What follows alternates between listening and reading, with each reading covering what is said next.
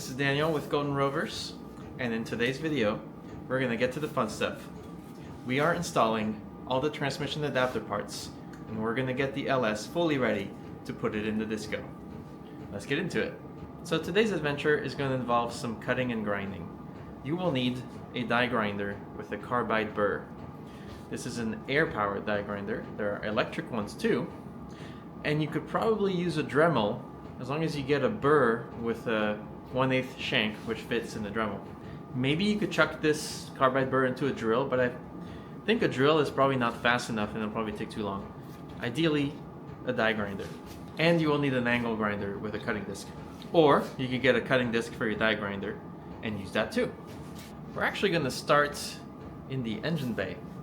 So, grab your hardware packet, open this pocket at the top, and take out this little 3D printed cutting guide that I made for you, so you can grind away the bell housing to fit the starter.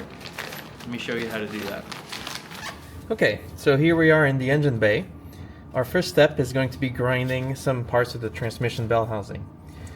Concerning the starter gear clearance, this is where the starter used to go for the Rover starter. On the LS, our starter location is not exactly the same. We did not get so lucky, but it's really close, just a little off to this area. This is an area where the bell housing has a ton of meat, and we are able to grind just a little bit of this to give clearance to the starter gear. To make this super easy for you, okay, I zoomed in for you a little bit. So I made you this cutting guide with two dowels that go in these two holes here. So it goes like this. And see this opening here? I'll add some light. This opening here, that is the area you need to cut. I'm not actually going to leave this guide here. I'm just going to take a Sharpie and mark this inside area. Helps to clean the area before you mark, because all that grease gets in the way of Sharpie working properly. Then take the guide off, and that's basically what you need to remove. We need to grind away this much and go 20 millimeters deep. So I'm going to grind until I don't see any Sharpie anymore. This should be 20 millimeters deep. Now before I start, this is going to make a lot of aluminum chips, and they're going to get everywhere. So my plan is I'm going to take a trash bag and like a pool noodle, and I'm going to protect the torque converter, and also I'm also going to cover this U-joints area just to keep it from getting messy. So with the trash bag, I'm going to wrap that around the torque converter.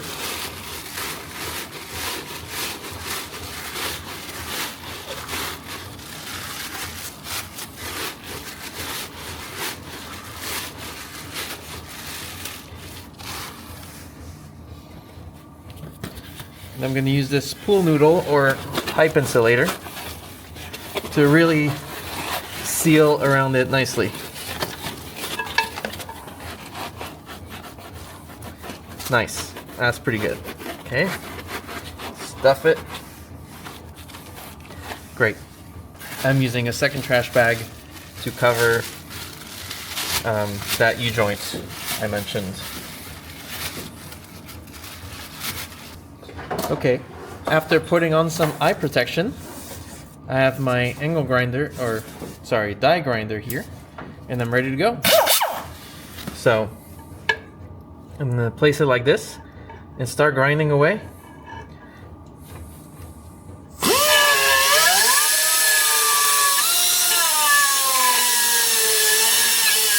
So that creates a lot of dust, even goes all over here near the fuel line. And so if you don't want to have to clean that up later, which is a nightmare, maybe it wouldn't be crazy to take an even bigger trash bag and just wrap the whole bell housing with it and not have to do any cleanup later.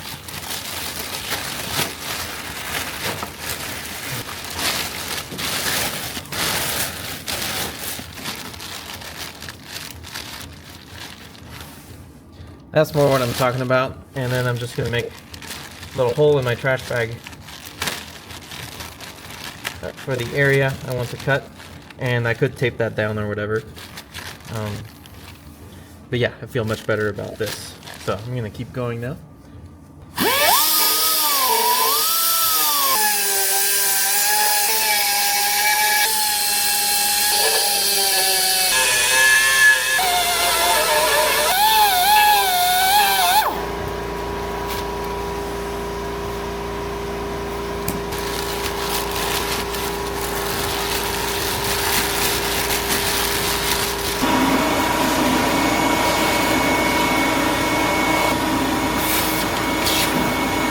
Yeah, I wasn't kidding when I said it gets everywhere and it sticks to anything that's greasy. So you wouldn't be wrong if you decide to cover everything in plastic and just open up a little hole.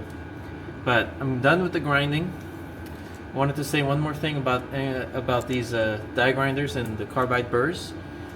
This one is meant for steel actually. It's just what I had, but you can get some that are meant for aluminum. And I think they're better at ejecting chips, and they might end up cutting faster. But this only took me 10 to 15 minutes with the tools that I have, and I didn't have to buy anything. So that's why I'm doing it that way, but you can definitely do better. So as a little sanity check, I'm gonna verify that I'm about, let's see, 20 inches I think is what I want.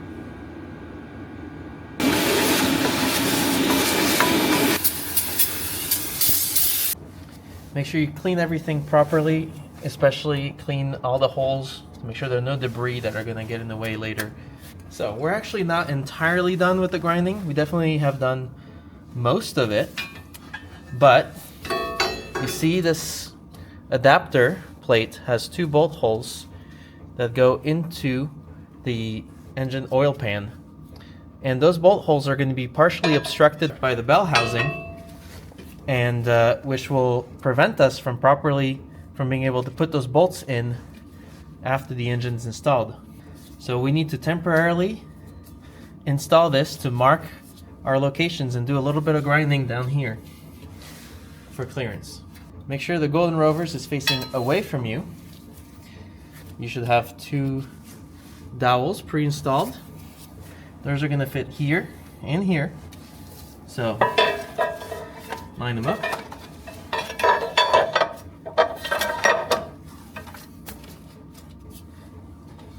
And give them a gentle tap with a dead blow. While we're at it, I want to do a quick sanity check on our starter clearance. I have my starter here. I'm going to loosely place it. And by the way, the starter has a ridge that slots into here. If you like, you can install it with a couple of bolts temporarily. And I'm gonna check that my starter gear clears. Seems good. All right, so for the next bit of grinding, we need to go under the vehicle. What we're trying to do is we're trying to clearance enough space so that we can insert this bolt from here. As you can see, we just need a little bit ground away from here so that this bolt can go in. Same here. This bolt is a lot more obstructed. We're gonna have to cut like a bigger chunk off of here. So I'm gonna take my Sharpie. I'm gonna mark what I think I need to grind here. I'm gonna do the same over here, where I think I need to cut away all of this. And next I'm gonna take the adapter plate off, and I'm gonna go ahead and grind that. Okay, it's probably gonna get messy again, so I put the trash bag and pull noodle back on, covered the U-joint again. And it's not very comfortable filming down below, so I'm just gonna cut and show you what it looks like. Alright guys, I did it. That's what that looks like. Certainly, you could clean up those edges and make it look a little nicer. This side was very quick and easy. Just a little notch. So now that just to check, I put the adapter plate back. That one, perfect. No notes.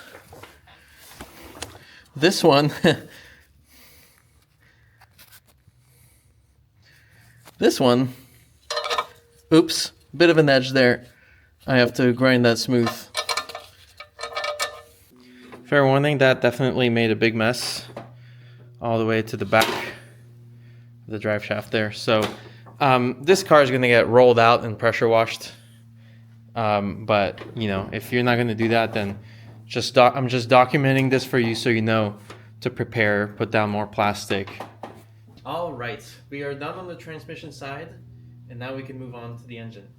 So we need access to the rear of the engine, which is not possible using this engine stand. So I made sure to finish everything I wanted to do on the stand, all the front accessories, all of that. So now I'm going to transfer the engine to the crane, take care of the backside, and that'll be it. Then the engine is ready to go into the disco. This engine stand and this crane are meant to work together. They actually nest where the crane comes in from behind and can grab the engine off of the stand.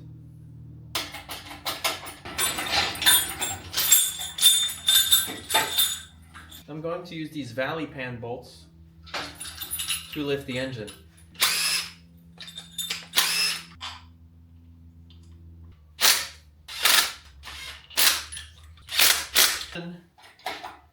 Take the weight off of the stand.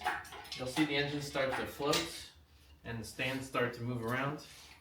That's when you know you're pretty much there.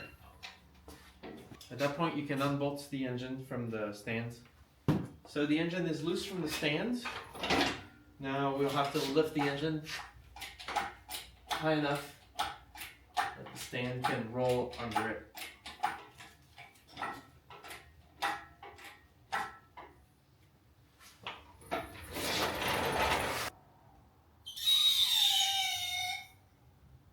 Alright, the engine's going to need a little bit of clearancing and modification as well, but very little, nothing like what we had to do for the transmission. So, with the Golden Rovers facing you, install the adapter onto the dowel pins all the way. Grab your hardware pack and take 2 of the adapter to engine bolts and put them in and drive them down just to hold the adapter plate. Okay, you've got your Bellhousing adapter on with a couple of bolts. Now we want to test fit the starter. So to test fit the starter, to install the starter, it goes here with 3 bolts. And there's a couple engine things in the way. This protrusion is in the way, so we're going to actually have to cut that. And I think we're going to have to file down this little bit of the front cover. At this point, I recommend you cover your crankshaft position sensor hole or install the sensor just to close up that hole. Let's close up the dipstick hole as well. Here's my setup. I'm going to use an angle grinder, face shield, and I'm going to put on the dust mask as well.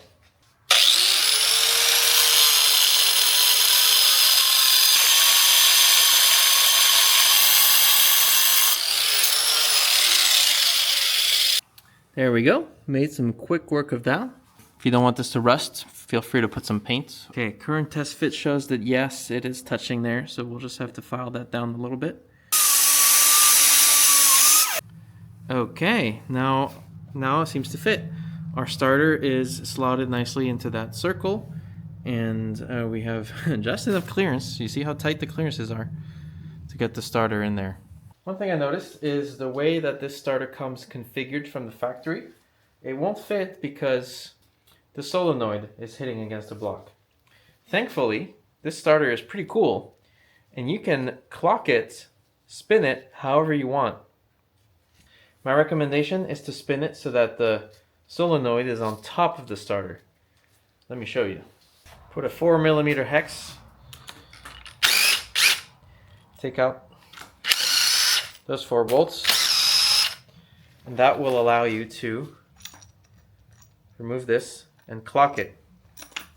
While you're at it, when you pull this off, make sure you remove the shim. There's a shim in here. Make sure you remove that if it hasn't been removed already. If you open your starter box and the shim is already loose in the box, that means I might have removed it for you. So then you don't need to worry about that. So anyway, you took those bolts out. Now the starter can spin freely. Take this to the engine, rotate it until you see that it fits, line up the 3 holes, and then reassemble. I want to be out of the way of the exhaust. Looks like I have 2 options. I can install it with the solenoid up, but just not all the way up, just kind of like this, or with the solenoid down. Both are good. I think with the solenoid down you can access your starter wires a little easier, but then that solenoid is just hanging a bit lower, maybe in the way of the drive shaft, so maybe that's not ideal. Maybe up is the best, but you have those starter wires a little bit close to the exhaust. Bit of a trade-off. Alright, so starter clearancing is done, but we have a little more to do. Each of the bell housing bolts going from the rover bell housing to the adapter, these are the bolts from the hardware kit provided. They're going to go into these holes. I think there's 9 of them. And the bolts needs to stick out from the other side by about 3 millimeters. So you need to make sure that there's no obstruction behind the threaded holes to allow that to happen. Most of them are going to be unobstructed, like this one for example. I can put my finger behind and I can feel that there's no obstruction behind that bolt, or this one. This one I think is open. I can look. Really, I think the only 2 problematic ones you're going to find are this one and this one. So in this one, you're going to see that your bolt hits one of the front cover bolts a little bit. And on this one, you can see there's an edge of the engine casting that prevents this bolt from going all the way in. So you have 2 options to handle this. In the hardware kit, I provided these 4 yellow washers. You could add these washers to the bell housing bolt when installing the bell housing bolt, and that way the bolt won't go through the adapter plates and there won't be a problem. It'll just end flush. But I think it's worth the little bit of grinding to get it fixed for these 2 holes. These 2 holes. Now down below on these holes that go towards the oil pan, well, the oil pan is right behind those holes. So so you have 2 options. You could carefully grind the oil pan so that the bolt can go through a little bit, but I think it's not worth doing. On the bottom 2 bell housing bolts, I recommend you use one of these yellow washers on your bell housing bolt, just to prevent it from bottoming out onto the oil pan. So we're just going to fix these 2 holes. Okay, let me get you in a little closer. Hopefully you can see through this hole. You see there's a little bit of casting that's in the way. I already marked it in with a white marker, a paint marker. This hole's fine. In this hole, there is a front cover bolt behind there. We're gonna have to grind that bolt a little bit. And this hole, you can also see a front cover bolt there, but I think it's sufficiently out of the way that you won't have a problem. We're gonna take these 2 little bolts out. Actually, before removing the plate, there's one more thing I want to point out. The LS dowel pins are sticking out from the engine from the plate a little bit. They need to be flush or a little bit recessed from the surface of this adapter plate, because the rover bell housing will mate on that and it will hit the LS dowel pins. I've marked the dowel pins with a white paint pen, so when I take the plate off, I know exactly how much of those dowel pins to cut off. Now we can remove the adapter plates.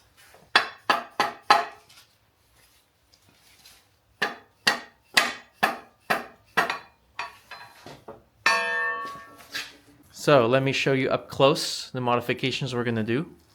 We're going to grind that little bit that I marked in white out of here. We're going to grind a little bit of this bolt here. We're going to chop the white mark off of this dowel pin, and we're going to do the same, chop off this dowel pin. Yeah, that's probably good. We'll go a little more just for good measure. All right. Now this bolt up here, we need to grind according to the marks up here.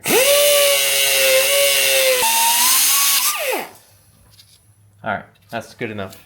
Now to cut the dowel pins, angle grinder with a cutting disc.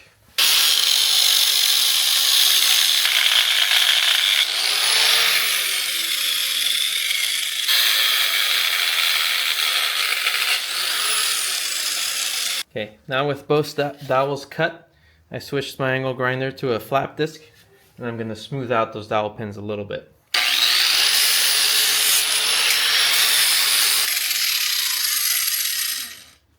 Excellent, looks great. Okay, let's put the adapter back on and check our work. LS dowel pins are definitely clear of the surface, so we're good there. Now let's test the two bolts we tried to fix here. I mean, just looking in here, it looks like we got the distance just right. Let's see, I think it needs to go in at least by 15 millimeters. And we're at 23. So yeah, this is good. This bolt went in far enough. Now this one up here, I'm not sure if we got it perfectly right. Looking through the hole. Let's see. 22. Oh, no, we did it. Okay, all good there. So we're done with our grinding. For the bottom two bolt holes that go into the oil pan, I'm just going to add one of those yellow washers to each of those bell housing bolts so we don't bottom out. Now we're ready to permanently install this adapter plate. So grab all of your adapter bolts, start threading them in. This bolt is not used on LS. Leave the bottom two out, because when the engine is in the vehicle, we're going to take the oil pan off to access those torque converter bolts. So we don't need these bolts until the end. So leave them out for now. And now let's torque them to 35 foot-pounds.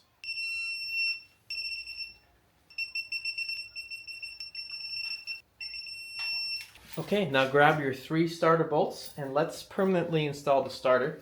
I find that it's much easier to do this now than later. And since we are going to access those torque converter bolts from the oil pan, then you won't have to take the starter off again. It can stay. Go ahead and get your 3 bolts started. With a 13 millimeter socket, you're going to start tightening those bolts. As you tighten the first bolts, make sure the starter is slotted in the circle. It should make sure that the starter flange is flat with the adapter plates. Make sure that the starter is sitting flat on the adapter plate, because if it is not, it could be a sign that something is wrong. Okay, the starter looks like it's sitting flush from all angles. So everything looks good here. Now the torque spec for the starter bolts is 18 foot-pounds. All right, up next is the crankshaft adapter. That goes right there. Find your crank adapter bolts and the tube of thread locker we gave you. You're going to put a couple drops of thread locker on each bolt. I think you gotta cut the tip first. There we go. So, bit of thread locker, turn it around, and another drop on the other side. Do that for all 6 bolts and stick them in. Okay, now these go in with a 15 millimeter socket. For the torque, this is done in 3 passes. The first pass is 15 foot-pounds, and we're going to go in the star pattern.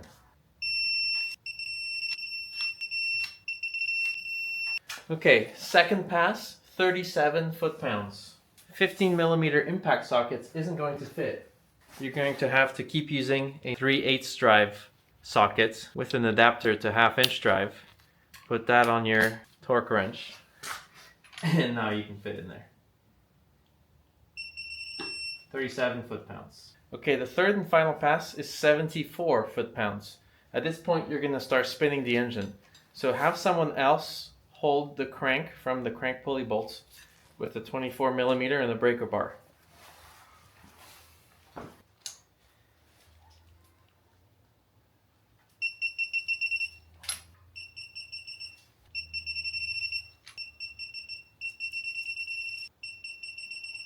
Okay, next up, get the PRW branded bolts. These are the bolts for our flex plates. This is the engine side, so smooth flat side towards you. Place it on the adapter. This is going to be exactly the same as the crank adapter.